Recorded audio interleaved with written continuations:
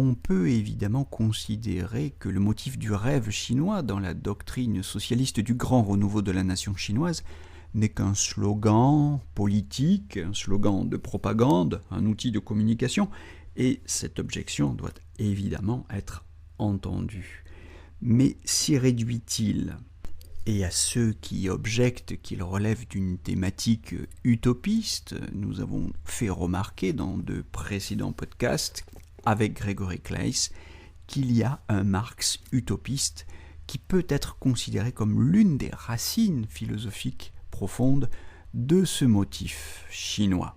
Je crois surtout qu'on ne doit pas omettre de se demander également quelle valeur pratique pourrait bien avoir un projet politique qui ne ferait pas rêver.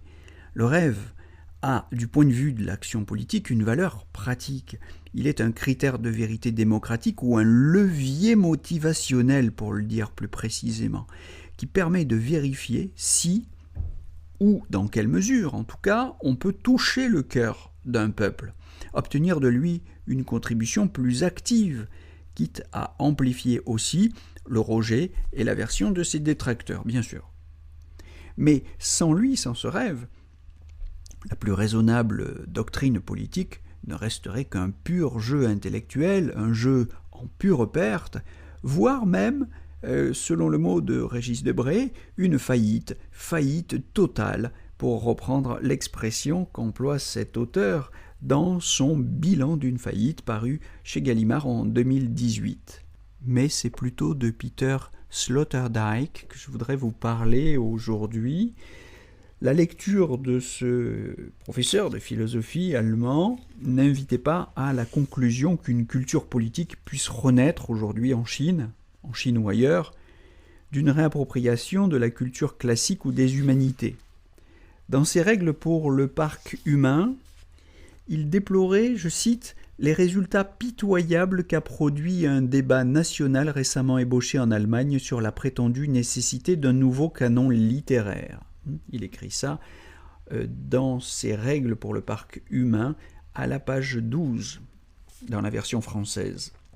Et il considère, je le cite encore, que les nations bourgeoises ont été jusqu'à un certain degré des produits littéraires et postaux, mais que cette époque paraît aujourd'hui irrévocablement dépassée parce que, je le cite toujours, l'art d'écrire des lettres inspirant l'amour à une nation d'amis, quel que soit le professionnalisme avec lequel on l'exerce, ne suffirait plus à établir le lien télécommunicatif entre les habitants d'une société de masse moderne. Je cite donc toujours les règles pour le parc humain, page 13 de la version française.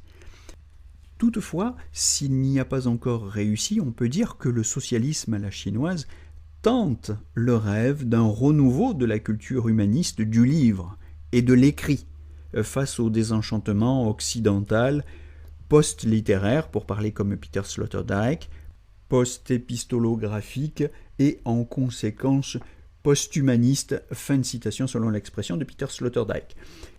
Cette culture de l'humanisme fondée sur le modèle d'une société littéraire dans laquelle, je cite Peter Sloterdijk, dans laquelle les participants découvrent, par le biais de lectures canoniques, leur amour commun pour les émetteurs qui les inspirent, définit un fantasme de secte ou de club, le rêve de la solidarité fatidique de ceux qui sont choisis pour pouvoir lire. Fin de citation. Il ne s'agit pas de dire que le socialisme à la chinoise de la nouvelle ère est une illustration crédible du rêve, entre guillemets, d'un nouvel humanisme, mais seulement qu'il tente d'intégrer dans un symbolisme 2.0, si vous voulez, la puissance des images du net et le prestige de l'écrit traditionnel. À travers les emprunts de Xi Jinping, en effet, aux écrits classiques, qui sont massivement choisis pour leur évocation du peuple, se construit la trame d'un rêve chinois qui apparaît au fil des discours comme le rêve du peuple chinois. Je cite encore Xi Jinping, le rêve du peuple chinois, de chaque Chinois, de la nation chinoise, qui combine l'esprit de la nation dont le noyau est le patriotisme, je cite toujours Xi Jinping, avec l'esprit de notre temps qui unit et rassemble nos concitoyens en vue de la puissance et de la prospérité du pays. On se souvient de ces formules Celle que je viens de citer, parmi d'autres, est extraite d'un discours du 17 mai 2013, au tome 1 de la gouvernance de la Chine, page 44, mais ce genre de formule abonde chez Xi Jinping, ad nauseam, comme diraient certains. Elles sont le supplément d'âme qui donne à la raison d'une multitude le pouvoir de se cristalliser effectivement en un peuple pour tenter de faire l'unité d'une nation. C'est, selon la formule de Xi Jinping, la force spirituelle de cette culture canonique qui unit solidement la nation chinoise. Je cite encore Xi Jinping dans le même discours du 17 mai 2013 à la page 44 du premier tome de la gouvernance de la Chine. Et Xi Jinping ajoute en effet que cette force spirituelle, cette culture canonique constitue le ciment invisible en même temps que la force motrice qui, je cite, renforce la solidarité et fait avancer vers l'avenir avec dynamisme. Fin de citation. Voilà, je crois que le rêve chinois qui, je cite, renforce la solidarité, semble bien répondre à distance au rêve désormais perdu de la solidarité décrit par Peter Sloterdijk. Ou, si vous voulez, pour le dire sous la forme d'une question, il faut intégrer la Chine au débat mené par Sloterdijk et se demander si ce qu'il a dit de ce rêve perdu de la solidarité, de cette décomposition de la culture classique à une valeur définitive, universelle, et peut concerner aussi la Chine. Voilà, je n'ai pas la réponse, mais je crois qu'il y a là une question nouvelle qui mérite d'entrer dans le débat intellectuel.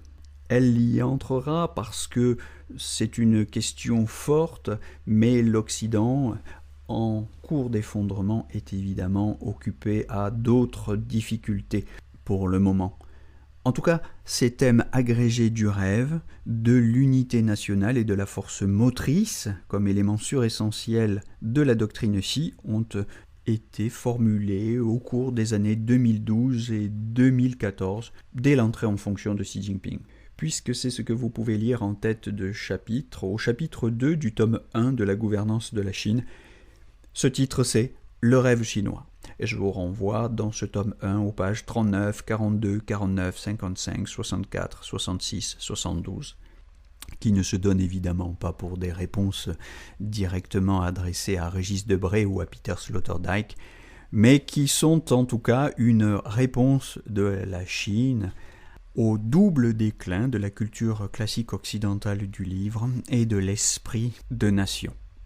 Voilà, c'est tout pour aujourd'hui, mais je vous donne rendez-vous très vite dans un prochain podcast pour continuer cette analyse du rêve chinois à travers une discussion continuée sur l'interprétation hegelienne de l'histoire par Fukuyama. Belle journée en attendant, belle journée à tous.